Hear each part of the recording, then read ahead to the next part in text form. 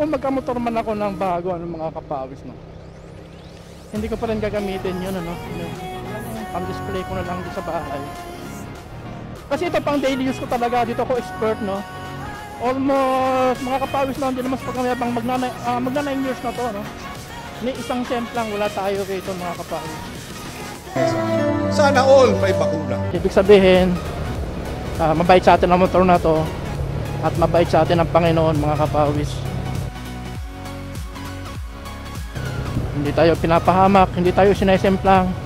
Ni isang aksidente wala tayo rito, mga kapawis. Walang bangga. Patunayan, kaskasero pa ako niyan, mga kapawis, no. 2 beses na tayong nag-Laguna Loop, Monte Maria, tapos 2 beses tayong nag-Cabyang Tunnel dito, mga pap, no.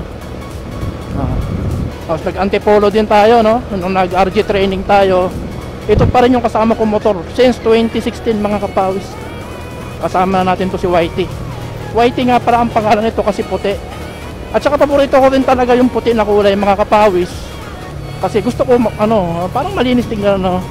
Yung motor ko nga dati na Suzuki Shogun Pro 125, ang kulay nung kulay blue, ano, no, kulay blue.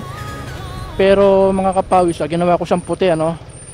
Kaya nahuli ako dati ng HPG diyan sa may, ano, sa may Baras Rizal, mga kapawis, kasi wala naman talagang Shogun Pro na puti dati, kundi pula at saka kulay blue. Yan ang mga kulay ng Shogun Pro. Ayun.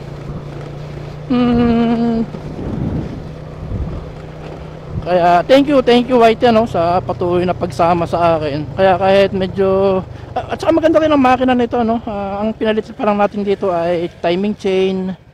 9 years ba naman, timing chain, tapos clutch lining, yan pinalit natin sa kanya.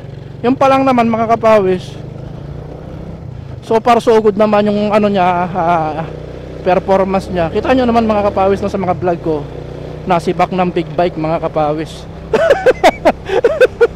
Nasibak ng big bike, joke.